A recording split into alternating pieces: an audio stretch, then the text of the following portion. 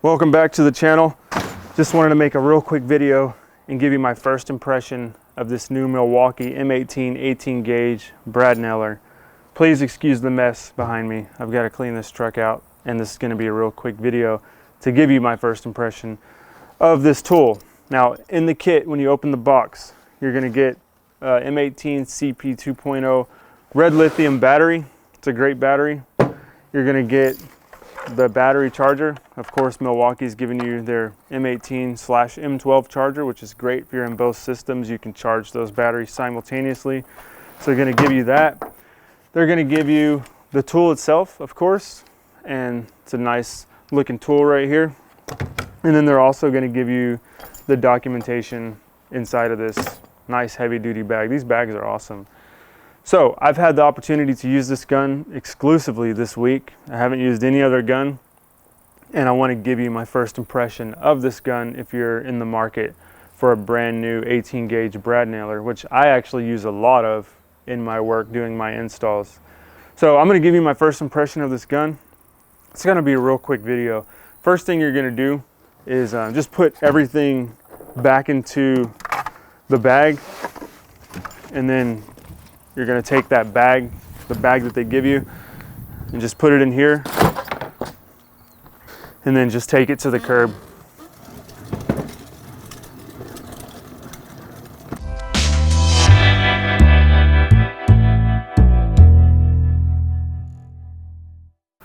I'm totally joking. You see, the thing about me is I'm really good at bad jokes. I hope you don't hate me for that, Milwaukee. It's just a goof. I don't think your gun is trash. I think your gun is amazing. And I'm gonna give you my first impression and tell you why. So this gun right here, first impression upon picking it up, just felt amazing. Just real ergonomic in the hand, just a nice grip to it. Feel like I can maneuver it any direction. Feel like it's nicely balanced, and it's just an overall good first impression of the feeling of it. Feels heavy duty in the sense that it's durable, not that it's heavy, because we don't want heavier tools that we're going to be using all day. We don't want to fatigue our arms, but this thing feels just amazing. It feels like a really nice balance to it. So that was my first impression upon picking it up. The very next thing I noticed was that I put the battery on the charger, charged it up. Once it was full, popped it into the tool, and then pulled the trigger to hear that rev up that you so often hear with cordless nailers. If you don't know what I'm talking about, that's going to be this right here. That rev up sound. I expected to hear that upon pulling the trigger on this gun, and I didn't hear it. So I was like, maybe I got a bad tool or something. And then I noticed, hey, there's an on button right here to toggle this tool to turn it on. So I pushed that, turned it on, saw it illuminate with an LED light, and then I pulled the trigger again, expecting to hear that rev up sound. Still didn't hear it. So I was like, all right, well, maybe it's a bad battery. So I pulled the battery out, got a new battery, popped it in, still nothing. So at this point, I'm wondering what the heck is going on with this tool. But took it out to the garage, put it up against a piece of scrap, pulled the trigger, and it fired. There is no rev up sound with this tool. It's just a different technology.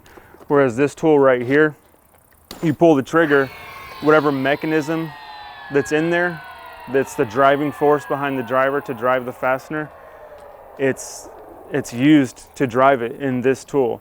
But in the newer stuff, I'm guessing they've got a newer technology where you pull the trigger, you don't hear anything. So that was a little strange for me, because I've had this exclusively for 2 years, and I expected to hear that upon pulling the trigger on a cordless nailer. But the gun is perfect, it operates smooth, and you just don't have that rev up sound. That's the biggest difference I noticed between these two guns. The second biggest thing is everything on this gun is basically digital. It's not anything that's analog. Like on this gun, to turn it on and off, as far as like safety versus firing mode, It's a toggle right here, just like on your impacts and your drills. Right there by the trigger, you can toggle it for driving fasteners or locking the impact or drill. Pretty typical. But on this gun, it's digital, so it doesn't have that. It has a digital control panel is what I would call it, and you could switch it into on and off, basically. So anytime this thing is on, the LED is on, it is ready to fire. If you want to turn it off for safety, then you're going to turn it, just push the on button to turn it off. And the next thing I noticed about it, on that same control panel, there is a single nail firing mode and then also a multiple nail firing mode, which other nail guns have that. It's not a big deal. But the biggest thing I noticed about it was that that was digital too. Whereas like on my DeWalt over here, that is also an analog switch. So it looks like these tools, as we move forward, are getting way more technologically advanced, and I think that's a step in the right direction in my opinion. These operate just fine, but hey, the more technology, bring it on. It's just making things better, easier. Just push a button, you're done, you're ready to go. So it's just getting more technologically advanced, I guess, is what I noticed with that. And the reason I'm comparing this gun to this gun is because it's the gun that I know the most. I've used that gun exclusively, whereas I've only used this gun over the last week. And before that one, I was using pneumatic systems with compressors. So other than that, the gun is amazing. Has a nice little clip right here. Everything else is pretty basic. I mean, you load the nail gun the same way. I'm assuming if you're watching this video, you're not asking how to load the nail gun, but just that's my first impression of it. We're gonna shoot this thing into some pieces of scrap and I'll show you how this fires. But overall, it's a great gun and I think it's an amazing choice. So let's go ahead and get some scrap material, shoot this thing into it, and I'll let you guys see how this thing fires. And it's really strange because if you're used to, like me, if you're used to hearing that rev up before it fires, you're not gonna hear that, and it's gonna kind of trick your mind a little bit. So here are the scraps that I'll shoot into. Got a piece of finger joint pine casing, MDF crown, 1x8 finger joint that's really like 5/8 thick, and then this full 1-inch piece of white oak. And I've never shot this gun into a hardwood before, so this is going to be interesting to see how this gun either drives it through or struggles to drive it through this hardwood right here. So first thing we'll do, we'll start with the MDF and we'll grab the tool. See, yeah, I got enough nails to get started. One thing about nail guns, and I noticed with this one too, they never let you drive the full rack.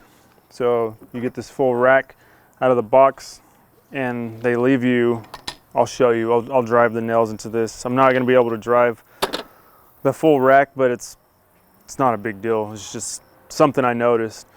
So I'll shoot this thing.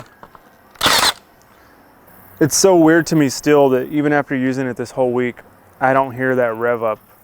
My mind still hasn't comprehended it.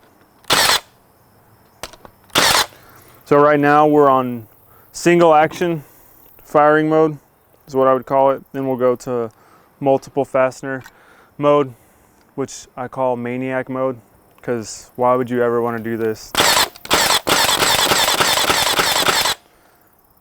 And trust me, I have ripped out some trim and seen this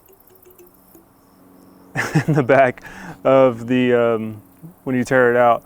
And I'm like, this guy was really looking for that stud right there. So I call that maniac mode. And overall, all these fasteners have driven all the way into this piece of material, with the exception of one nail pop right here. And granted, that was in maniac mode, so I wouldn't expect that. And overall, through the week of using this, I haven't had a single nail pop from this gun. And it's gonna happen. It always happens. You're gonna hit screws or whatever behind the nail, behind what you're shooting, and then you're gonna have a nail pop. So through the MDF, we're good. Let's go to the finger joint casing. And one thing about this, you can see there's a clear view of how many nails you have left. You can see the brads right there. And when I load it up, I'll show you, you can see it all through here. So we'll shoot it into this casing, and then we'll do this one more realistically. So we'd shoot into the door jamb there, and we'd shoot into the stud there, and we'd shoot into the door jamb there, to the stud there. And these are 2-inch nails. These are overkill for this, but yeah, it just operates as smooth as butter. I have no complaints about this gun. We'll show you the holes. They sink down nicely, and no complaints there. And another thing about this gun is that if you don't have the non-mar detent, it won't fire. So, or at least it wasn't the other day. So if I try to pull the trigger with this, it's not gonna fire without that.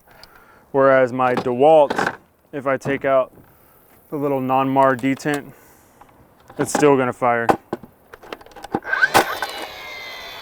So just something I noticed. I don't think you should ever operate without the non-mar detent, because if you ever have, and when you put these detents back on, take the battery out, because when you're pushing on that, you could have a bad day if something slips. So just something I observed. Take the battery out and put this one back on.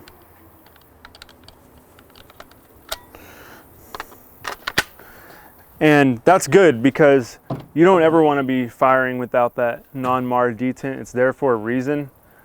And if you don't have it and you're using a softwood like pine, you're gonna dent that material so badly that you're actually gonna have to nail fill it, like put your filler on it just from the detent there.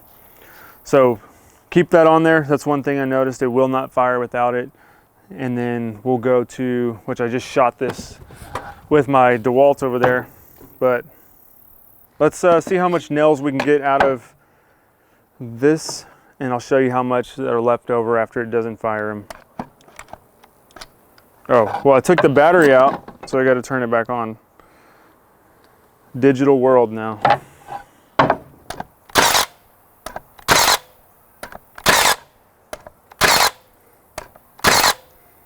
So we're in single mode, and we're almost out of nails. Oh, we're out of nails right there. So we can't fire. And let's see how much nails are left after the fact. We have 1, 2, 3, 4, 5 brad nails left. It's not a big deal, because what you do, they just stay in there. And then you just put your brand new rack of brads in, and then you're ready to go. So let's just go into maniac mode on this finger joint pine.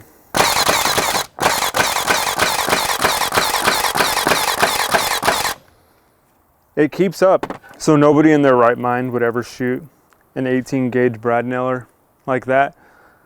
But I'm just showing you that because I want you to see how quick and smooth this gun responds, because I think it's probably the best nail gun on the market right now.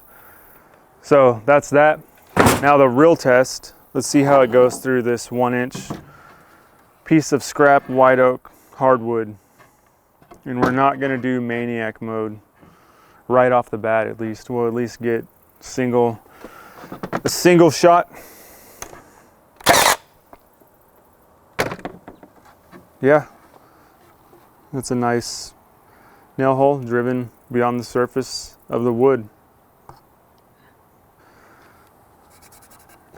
There's one. Another good one.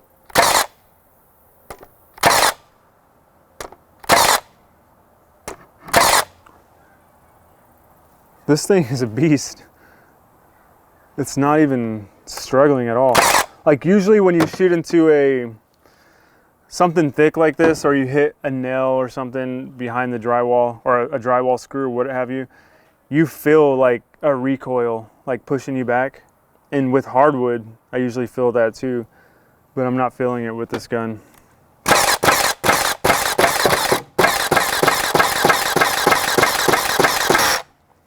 Oh, what was that? Oh, we got a jam. See what happens when you do maniac mode? You get a jam. So it's telling us right here there's a problem. It's got its hazard lights on and it's pulled over on the side of the road. So we got to clear that jam. We'll take the battery out. And in the documentation, obviously, it tells you how to clear a jam. So pretty basic. Check for the position, check for the jam nail, which we do have. And then, yeah, clearing a jam. Yeah, there we go. Ooh, yeah, that was a bad jam. See what happens when you, like I said, go into maniac mode? Yeah. That's probably the worst jam I've ever seen on a nail gun. But granted, I've never tried to just blast through 1-inch hardwood like that. So let me get a tool out and we can pull this thing out because I don't want to stab myself.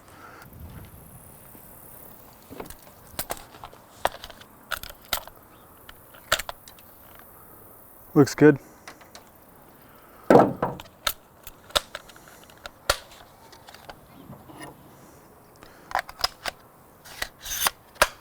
And let's see if we're back recovered from that jam.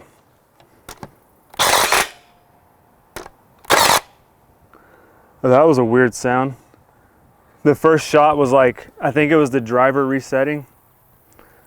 That sounded weird. The driver must have not been in position, so I had to like pull itself back to get in position because the first nail I tried didn't shoot, but the second one I tried did, and it looks like we're back in business. Amazing nail gun. If you look at all these holes, that may have been when I had the jam, I'm not sure. I wasn't really paying too much of attention, but that's the only nail pop I got on this 1-inch white oak. Pretty crazy.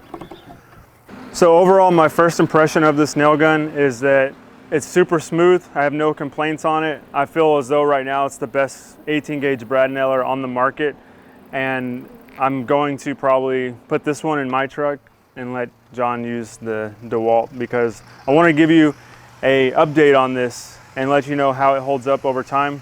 But that's kind of my first impression. Let me know if you have any questions that you have about this nail gun. Leave them down in the comments. Obviously, I didn't cover everything. I'm not going into all the specs and everything like that. But let me know down in the comments if you have any questions, and I'll give you an update video on this later as I continue to use it. Thanks so much for watching, and we'll see you on the next video. Take care.